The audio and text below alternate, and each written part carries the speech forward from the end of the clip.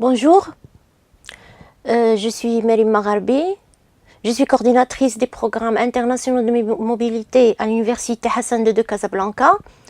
Aujourd'hui, nous allons parler de programme européen Erasmus+, mais je vais insister plus sur le volet mobilité. Le programme, c'est un très grand programme européen. Il est financé par la Commission européenne. Je vais vous donner un historique. Le programme Erasmus a été créé en 1987. C'était un programme de mobilité essentiellement dédié aux étudiants européens. En 2009, c'était la création du programme Erasmus Mundus, auquel l'Université Hassan II a été partenaire dans 6 projets. En 2014, c'était la création du programme Erasmus+. Donc, on passe à notre point. C'est pourquoi la mobilité, pourquoi on va effectuer des mobilités. Sur le plan institutionnel, c'est la contribution à l'amélioration de la qualité de l'enseignement. Les programmes de mobilité aident beaucoup à améliorer la qualité de l'enseignement, l'implémentation de nouvelles stratégies de formation du personnel. Sur le plan institutionnel, effectuer des mobilités ou entrer partenaire dans des programmes de mobilité aide beaucoup à créer des formations pour le personnel ou à renforcer les formations du personnel. La mise en place de nouveaux partenariats, vise aussi la collaboration et la coopération à une plus grande échelle, et aussi le renforcement de partenariats existants aide à la modernisation et à l'internationalisation des établissements. Les programmes de mobilité aident beaucoup à moderniser, à internationaliser les enseignements dans les établissements, ce qui veut dire que nous pouvons aussi, à travers les programmes de mobilité, créer de nouvelles formations ou bien renforcer les formations existantes. Sur le plan personnel et professionnel, l'échange interculturel et professionnel, ça c'est très important pour les gens qui font de la mobilité, ou pour les étudiants et le staff administratif et académique qui font des échanges de la mobilité. Ça veut dire aussi qu'il y a beaucoup de choses qu'on va soit renforcer ou apprendre de nouveau.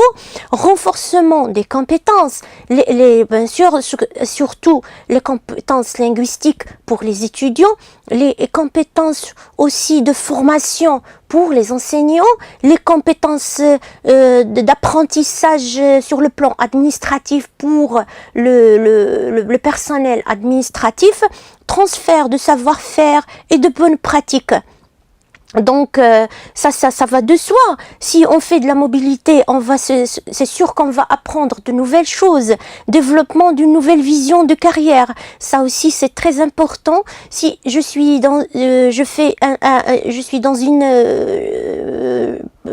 j'exerce un travail où ça m'aide beaucoup à évoluer dans ma carrière, et aussi peut-être avoir une nouvelle vision de ce que je fais, facilité d'adaptation à tous les contextes, auto-évaluation par rapport au travail fourni. Donc on se met dans une situation d'auto-évaluation pour tout ce qu'on fait comme travail quotidien. Épanouissement personnel, ça c'est aussi très important parce que on profite du changement. Ça c'est aussi très important, c'est un point très essentiel dans la mobilité. Action clé du programme Erasmus+.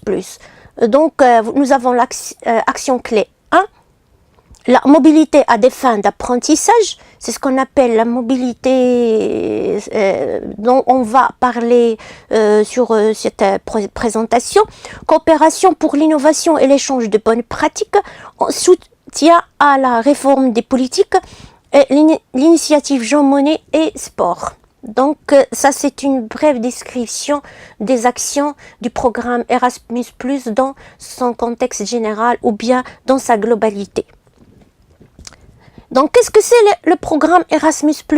Le programme Erasmus+, est le nouveau programme de l'Union européenne pour l'éducation, la formation, de la jeunesse et des sports pour la période 2014-2020, financé par la Commission européenne. Il vise à moderniser et améliorer l'enseignement supérieur à travers l'Europe et le reste du monde. Il donne aux étudiants et le personnel la possibilité de développer leurs compétences et d'augmenter leurs perspectives d'emploi. Opportunités pour les étudiants et les personnels académiques administratifs, l'enseignement, les études et aussi des stages. Donc, qui peut postuler à ce programme Erasmus+ de mobilité? Donc, on parle toujours de volet mobilité. Les candidats de nationalité marocaine, les étudiants ayant le niveau licence, master, doctorat et le personnel académique administratif. Donc, comment postuler? La demande de bourse est effectuée en ligne à travers le site web des projets ou envoie par email au coordinateur du programme au sein de l'université d'origine. Donc, il faut prendre bien sûr des points en considération qu'il ne faut pas oublier. Il ne faut pas oublier que le délai d'ouverture et la clôture de l'appel d'offres, il faut toujours respecter les délais. Enregistrement sur la plateforme, si on demande, s'il y a une plateforme et on nous demande à travers le projet qu'on doit s'inscrire sur une plateforme, alors on doit le faire. Les demandes de bourse sont déposées en ligne et ne peuvent être effectuées qu'auprès de l'université porteur de projet. Ça, c'est très important. Les demandes sont déposées en ligne, bien sûr. Bien sûr que s'il y a une plateforme, on va les déposer en ligne. Ou bien on va envoyer à le coordinateur du programme un email pour lui dire qu'on va, pour l'informer de notre, qu'on va candidater pour avoir la bourse. Et donc, on peut seulement demander cette bourse que pour l'université partenaire avec l'université Hassan II. C'est la seule université où on peut faire notre mobilité, effectuer notre mobilité.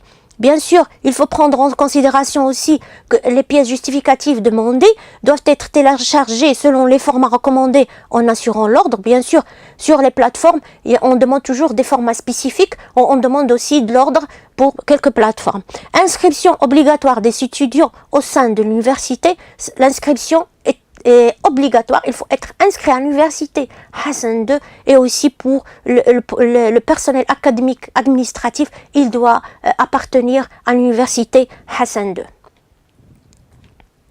Donc les pièces à fournir pour postuler, ça, on peut dire que ce sont des pièces pour justifier notre demande, pour justifier aussi le niveau d'études, l'attestation d'inscription, ce qui est très important. Il faut être inscrit dans votre université d'origine, ou bien il faut avoir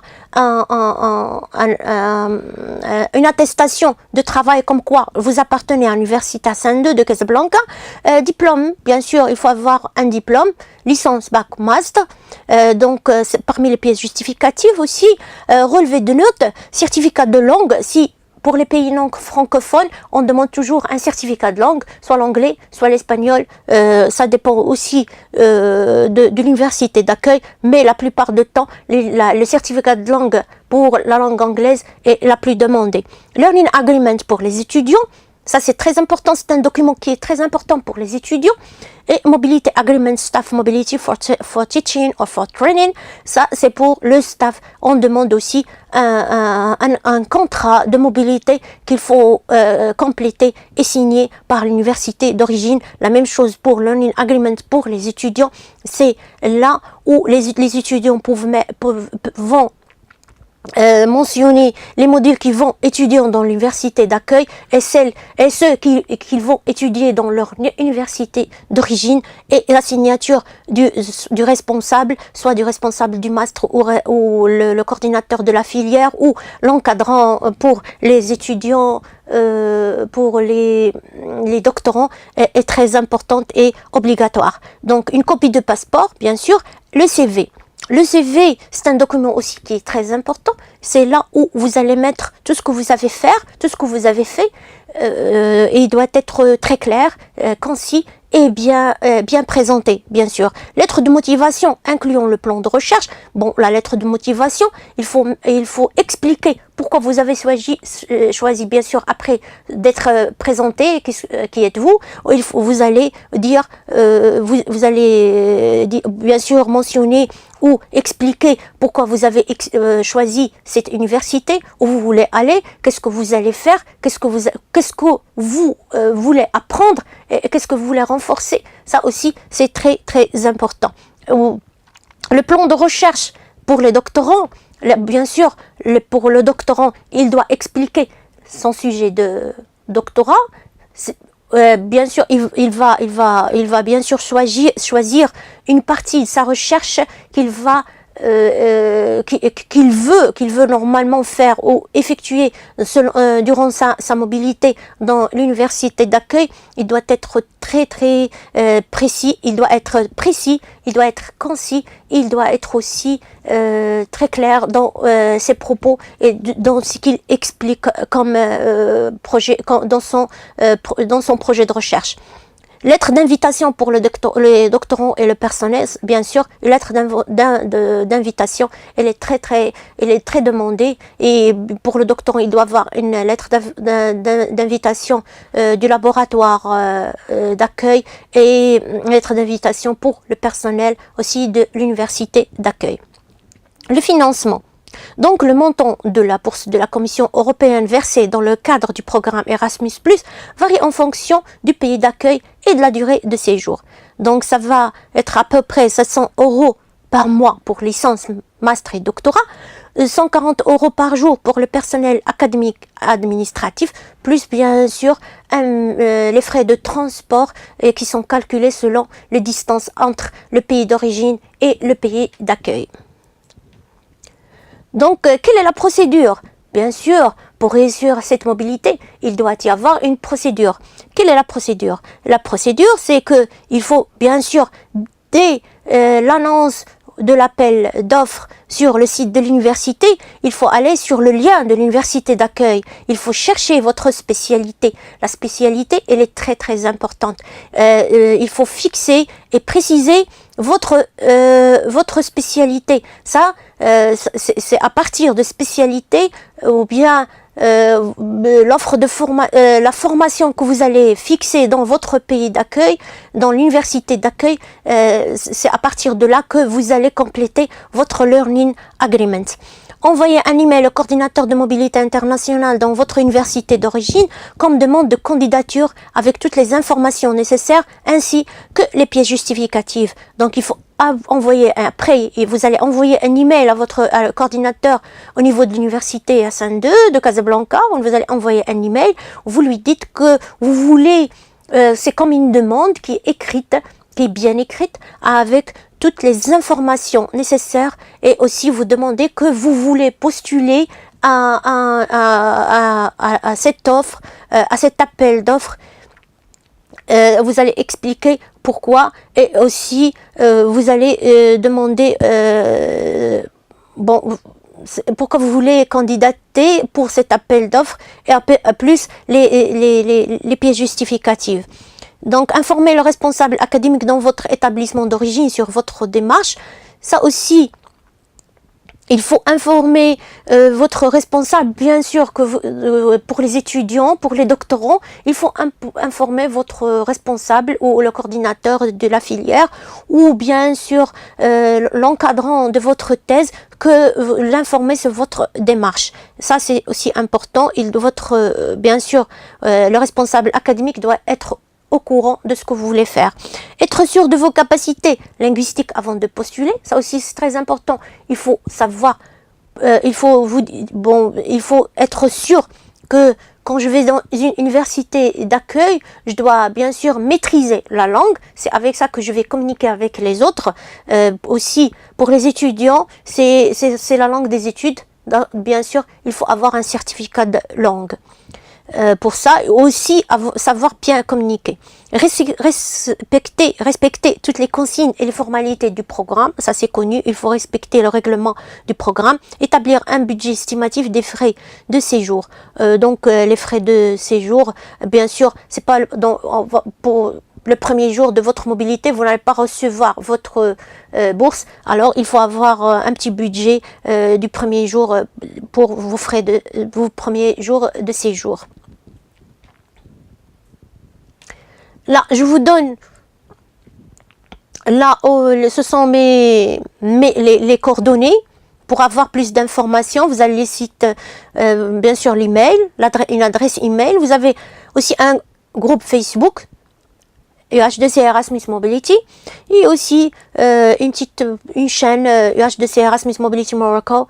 C'est pour avoir plus d'informations ou avoir des vidéos où vous voulez voir ou entendre plus d'explications. Ça c'est en haut c'est le groupe et en bas c'est la chaîne.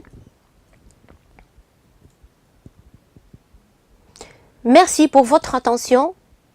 Je vous souhaite à toutes et à tous bonne chance et à la prochaine.